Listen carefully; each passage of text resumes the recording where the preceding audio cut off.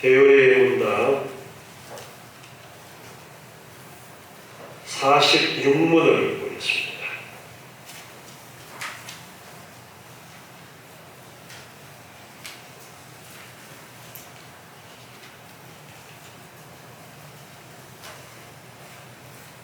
예수 그리스도에 대해서 이제 배우는 부분인데요. 46문 제가 문제 읽으면 여러분 답을 읽어주시기 바랍니다. 그리스도께서 스스로 낮추신 상태는 어떠한가? 그리스도께서 자신을 낮추신 상태는 되시고 탄생하시며 사시고 죽으시고 죽음으로 부활하시기까지 우리를 위하여 자신의 영광으로부터 자신을 이루시고 종의 형상을 취하시며 낮아지신 것이다. 아멘. 예수님이 하나님이신데 사람의 육체를 입고 이 땅에 오셔서 이제 중보자의 귀한 사역을 감당하시는데 낮추신 부분과 하나님께서 다시 예수님을 높여주시는 부분이 있습니다. 그래서 그 낮추시는 상태가 잉태되시고 탄생하시고 그리고 이 땅에서 인간으로서의 삶을 사시고 그리고 죽으시고 죽은 후에 부활하시기까지 우리를 위해서 하나님으로서 가지고 있던 그 영광을 내려놓으시고 종의 형체인 사람으로서 온전히 이 땅에서 사시게 되어지는 그러한 부분을 낮아지심이라고 그렇게 따로 구분을 하게 되어지는데요. 47문 그리스도께서 잉태되시고 탄생하실 때 어떻게 자신을 낮추셨는가? 그리스도께서는 잉태되시고 탄생하심으로 자신을 낮추셨으니 곧 영원전부터 하나님의 아들이시며 하나님의 백성이 되셨으나 비천한 여자의 몸에 잉태되시고 탄생하심으로써 이거의 시간 세계 안에 인자와 되어 비천한 사람 그리고 비천한 사람에게 경륜으로보다 더 낮아지셨다. 아멘. 예수님께서 이 땅에 이제 탄생하시게 되어지는 것부터가 낮아지심입니다. 왜냐하면 하늘 보좌에 하나님으로 계시던 예수님께서 이제 이 땅에 사람으로 태어나시게 되어지는 그러한 모든 과정 자체가 하늘 보좌에서 내려오심이기 때문에 낮아지심이라고 그렇게 표현을 하는 겁니다. 그래서 잉태되시고 탄생하심으로 자신을 낮추셨다. 예수님께서 친히 그 길을 택하셨어요. 아버지 하나님의 뜻을 따라서 친히 그 길을 택하여서 잉태되시고 탄생하심으로써 자신을 낮추셨는데 영원 전부터 하나님의 아들이시고 하나님의 품에 계셨지만 그게 원래 예수님의 위치였습니다. 그러나 비천한 여자의 몸에 잉태되시고 여기 비천한이라는 단어 이 수식어를 여기에 이제 사용을 하고 있는데 로마 가톨릭에서는 이렇게 표현하면 난리가 날 수도 있습니다. 어디 감히 성모에게 비천하다는 단어를 수식어를 갖다 붙일 수가 있어. 그러나 그렇기 때문에 오히려 웨스트민스터 회의에서는 이 대요리 문답을 정리를 하면서 비천한 여자의 몸이라는 표현을 쓰시게 됩니다. 왜 그러냐 하면 마리아는 신격화되어서는 안 되기 때문입니다. 그래서 하나님이신 예수님이 마리아의 태를 통해서 이 땅에 탄생하시게 되어지는 것을 비교를 한다면 마리아는 비천한 여자일 수밖에 없다라는 그러한 의미로서 상대적으로 예수님의 원래의 높으심에 비하면 하나님 되심에 비하면 마리아는 비천한 몸이라고 표현되어져야 마땅하기 때문에 그래서 비천한 여자의 몸에서 잉태되셨고 그리고 탄생하심으로써 기꺼이 시간 세계 안에라고 그렇게 이제 표현을 하고 있습니다.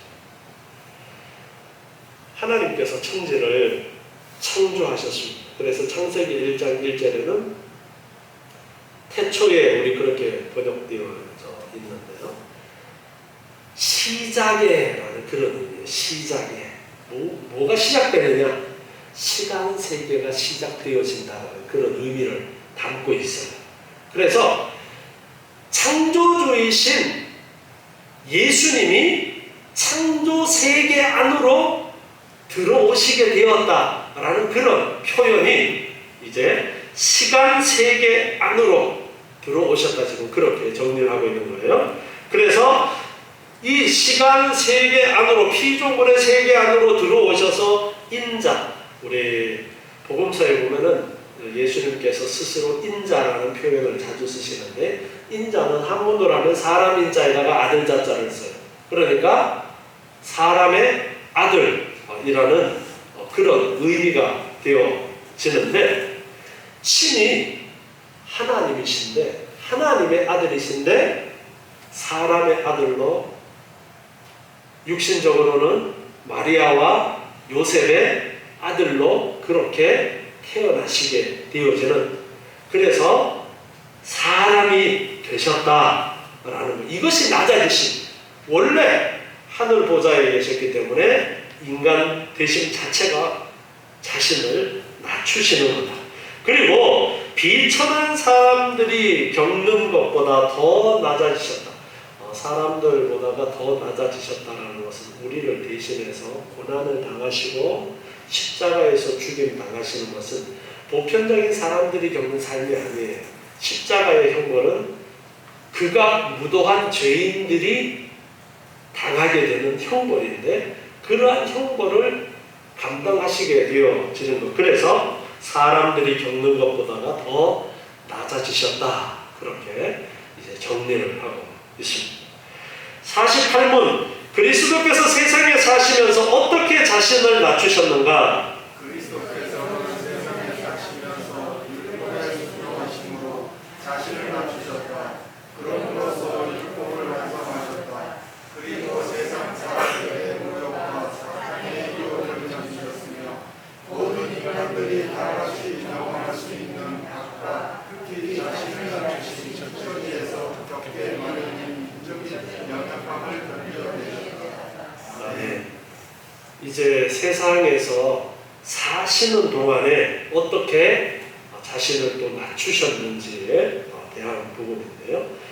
율법에 순종하심으로 자신을 낮추셨다. 그러므로서 율법을 완성하셨다. 자, 예수님이 하나님이시기 때문에 율법을 순종하실 필요가 없었습니다. 율법의 수여자이시죠, 오히려. 그런데 인간의 몸을 입고 이 땅에 오심으로써 그 율법을 다 지키셨습니다.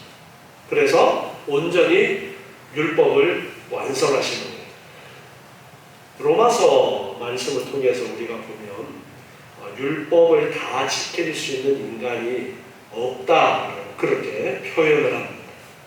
우리 인간은 율법을 다 지킬 수가 없어요. 그런데 예수님께서는 하나님이 주신 율법을 인간이 다 지킬 수 있다라는 본을 보여주신 거예요. 그런데 하나님께서 타락한 인간은 그 율법을 다 지킬 수가 없는 거예요. 그래서 로마서에서는 율법의 기능을 뭐라고 가르쳐주고 있어요? 죄를 깨닫게 하는 것이다. 율법의 잣대에다가 나를 대보면은, 나는 멸망받을 수밖에 없는 죄인이구나. 이거를 깨닫고 이 문제를 하나님께 가지고 나오도록 하는 그 역할을 율법이 하고 있다라는 거예요. 그러면은 사람들이 핑계댈 수 있는 건, 아니 지키지도 못할 율법을 하나님이 주신 것 아니냐, 그렇게 생각할 수 있는데, 그것이 아니라 예수님께서는 사람으로서 친히 하나님이 주신 율법을 다 지킬 수 있는 본보기를 보여주시고, 만약에 예수님이 율법을 다 지키지 않았더라면 어떻게 되었을까요? 예수님도 죄인이 되었죠. 죄가 있게 되어져요.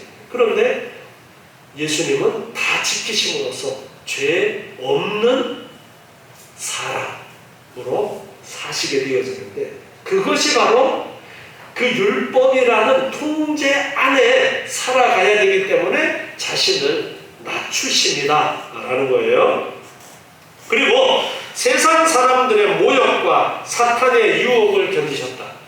사시는 동안에도 많은 모욕을 겪으셨고, 그리고 사탄이 시험을 합니다. 감히 하나님을 사탄이 시험할 수 있어요? 없어요? 없어요. 그런데 예수님께서는 육체를 입고 이 땅에 오심으로써 사람으로서 사탄이 미혹하는, 시험하는 그러한 과정도 겪으셨다라는 거예요.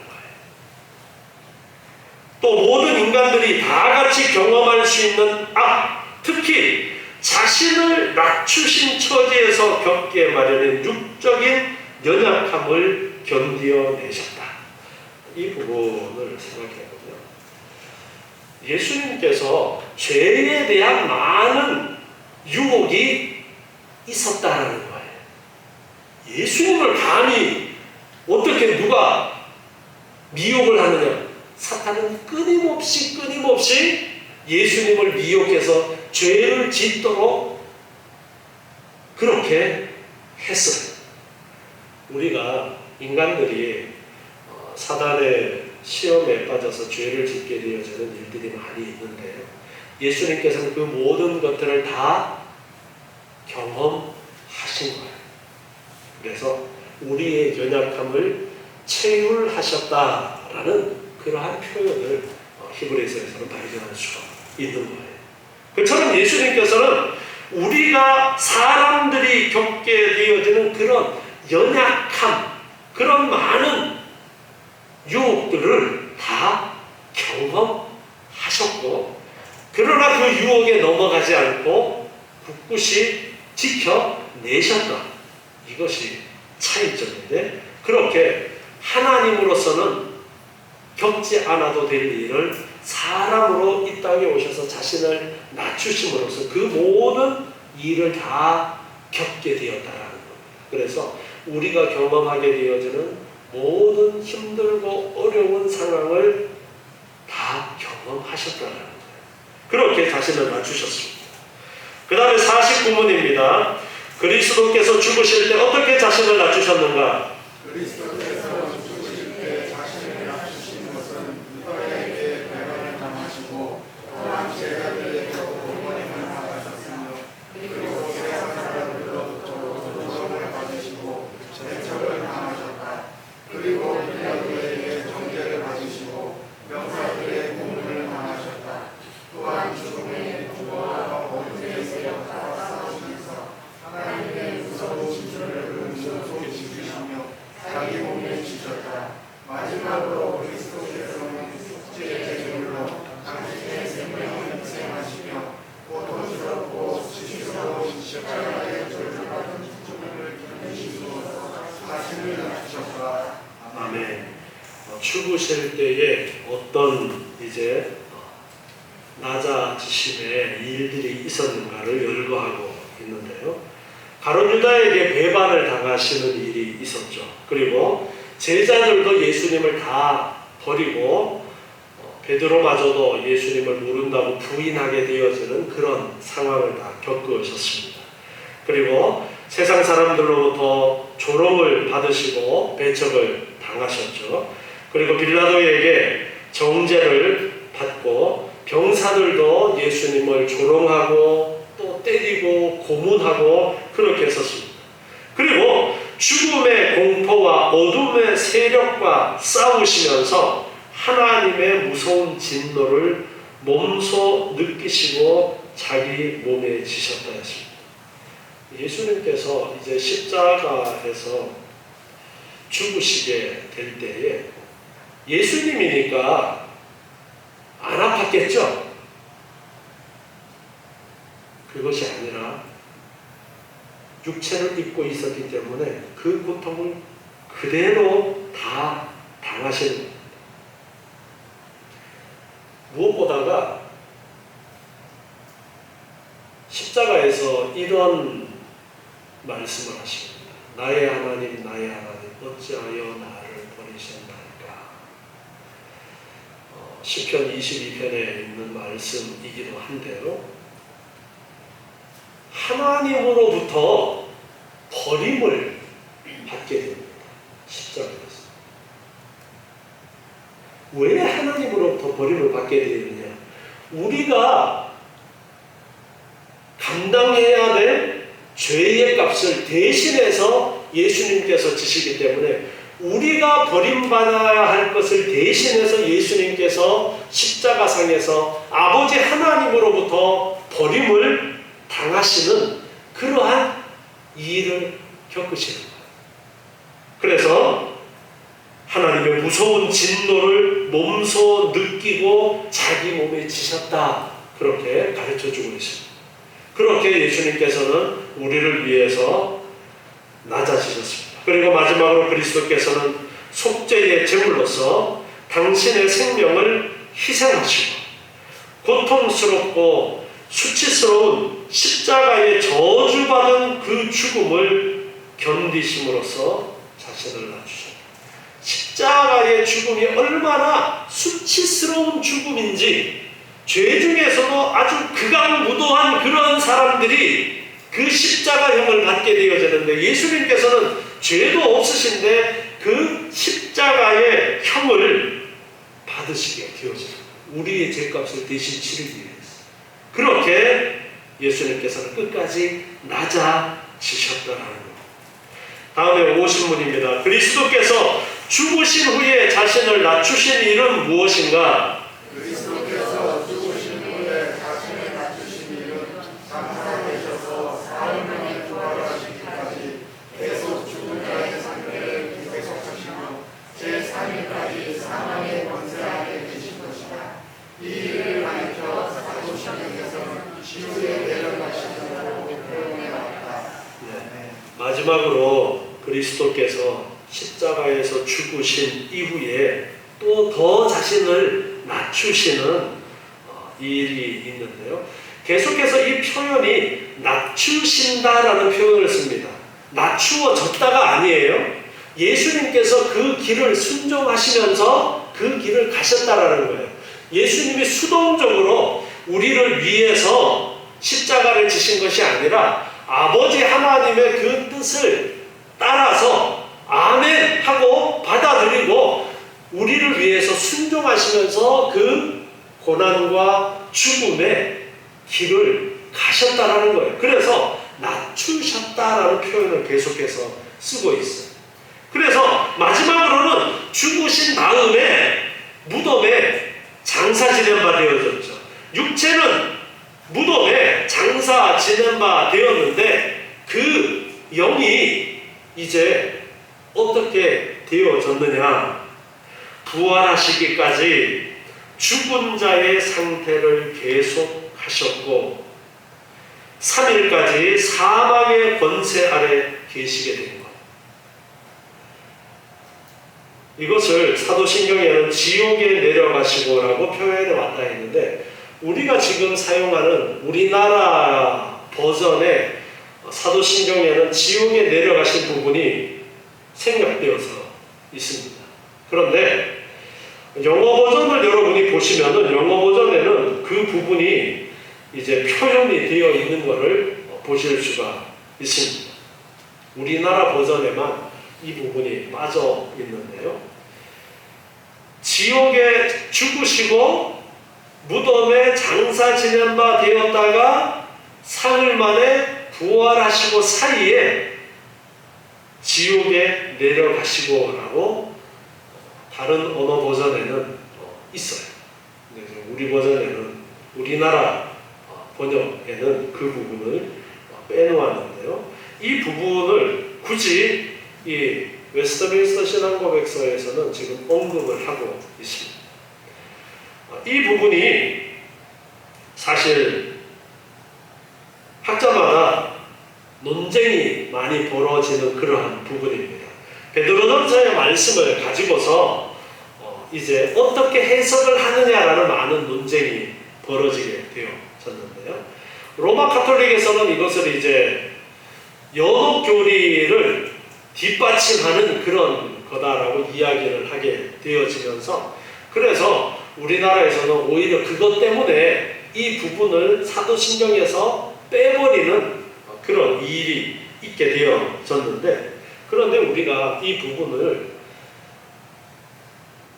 왜 역사 속에서 교회는 지옥에 내려가신 부분을 여기에 넣었을까라는 부분을 우리가 한번 생각을 해보아야 됩니다. 지금 우리가 배우는 부분은 예수님의 낮아지신 부분에서 이제 지옥에 내려가셨다라는 표현이에요. 웨스트민스터 회의가 많은 목회자들과 신학자들이 모여서 오랜 기간 동안 회의를 하면서 단어 하나하나 선택을 해서 결론 내린 것이 이 대유리 문답이에요. 소유리 문답과 대유리 문답과 웨스트민스터 신앙고백서 모두 그때에 그 회의를 통해서 한 글자 한 글자 결정한 거예요. 중요하기 때문에 여기 언급한 거예요. 그런데 제가 죽음을 이야기할 때 죽음을 몇 가지로 생각을 하는 게 좋다고 그랬어요? 세 가지로 생각하는 게 좋다고 그랬죠. 첫 번째 죽음은 영적인 죽음이라고 그렇게 이름을 붙였을 때 하나님과의 관계의 단절. 아담과 하와가 선악과를 따먹고 나서 죽었느냐 죽지 않았느냐라는 질문을 제가 던지면서 선악과를 따먹자마자 그들은 육체적인 죽음은 오지 않았지만 이미 영적으로는 하나님과의 관계가 단절되는 영적인 죽음의 상태에 있었다라고 했습니다. 그리고 아담이 결국에는 육체의 죽음을 맞이했어요? 맞이하지 않았어요? 결국은 죽었어요. 육체적인 죽음을 죽었습니다. 그것이 육체적인 죽음이에요. 우리 살아가는 사람들이 언젠가는 육체적인 죽음을 맞이하게 되어지고 오늘도 수많은 사람들이 육체적인 죽음을 당하게 되어집니다. 그리고 세 번째 우리가 생각해 볼 수 있는 죽음은 영원한 죽음, 곧 지옥불에 던져지는 죽음입니다. 그런데 예수님께서 지금 왜 십자가에서 죽으십니까? 죽으시는 이유가 뭐예요? 그냥 나도 죽음을 한번 체험해 볼게. 그게 아니에요. 우리가 죽음이라는 대가를 치루어야 되는데 아담과 하와가 선악과를 따먹었기 때문에 그 형벌이 정녕 죽으리라 말씀하셨기 때문에 죽어야 되는 거예요. 그 죽음에는 영적인, 육체적인, 영원한 지옥의 이 죽음 세 가지가 다 포함이 되어지는 거예요. 육체적인 죽음만 죽는 그 죽음을 말씀하신 것이 아니었어요. 그렇기 때문에 예수님께서도 대신해서 값을 치르시려면 어떻게 해야 되느냐? 그 죽음을 당하셔야 돼요. 자, 예수님의 낮아지심에서 사람으로 태어나시고 나서 우리 인간들이 겪는 모든 것을 다 지금 경험하시죠. 다 경험하시고 마지막에 죽음을 당하게 되어지는데 죽음을 당하는 것은 육체적인 죽음이고 그 육체적인 죽음에 더해서 예수님의 십자가상에서의 표현, 나의 하나님, 나의 하나님, 어찌하여 나를 버리시나이까. 자, 하나님께서도 영적인 죽음을 예수님께서 짊어지셔야 되기 때문에 하나님께서도 고개를 돌리시는 영적인 죽음의 상태까지도 예수님이 당하시게 되는 거예요. 그리고 하나 남은 죽음이 어떤 것입니까? 지옥의 죽음인데 예수님께서는 그 지옥의 죽음까지도 당하셨다라는 것을 웨스트민스터 회의에서는 결론을 내고서 이 문장을 언급을 하게 되었습니다.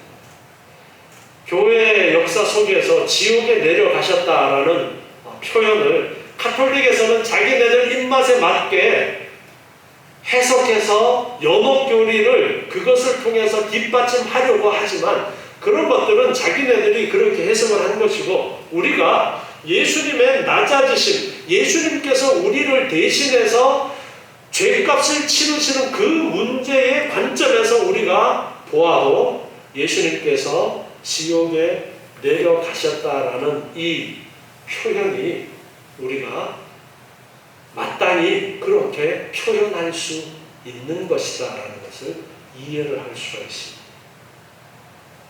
그래서 죽으실 뿐 아니라 십자가에서 육체적인 죽임을 당하시고 무덤에 장사 지내는 그 수준을 넘어서 지옥에까지 내려가셔서 지옥까지 체험하시게 되는 그러한 단계까지 예수님께서 자신을 낮추십니다.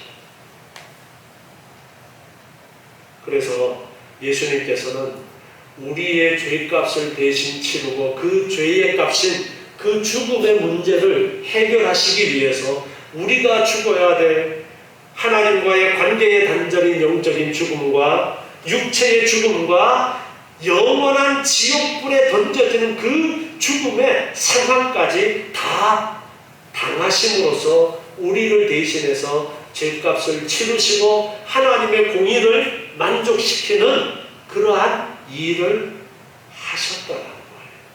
그래서 지옥에 내려가셨다라는 부분을 우리가 그렇게 이해를 이해하시는데 어려움이 없을 것입니다. 다른 부분으로 접근을 해서 이해를 하려고 그러면은, 아니 어떻게 예수님이 지옥에 내려가실 수가 있어, 그렇게 생각할 수도 있는데, 예수님께서 대속하시는 그 관점에서 우리가 접근을 해보면 충분히 이해가 되어질 것입니다. 이렇게 예수님께서는 완전히 더 이상 낮아지실 수 없는 상황까지 낮아지시는 그 길을 예수님께서 친히 걸어가시면서 우리에게 생명을 주셨다라는 것. 예수를 믿는 자는 오늘 오전에도 배웠잖아요. 내가 생명의 떡이다. 예수를 믿는 자는 영원히 산다라고 말씀하신 그 구원의 길을 온전히 이루시는 겁니다.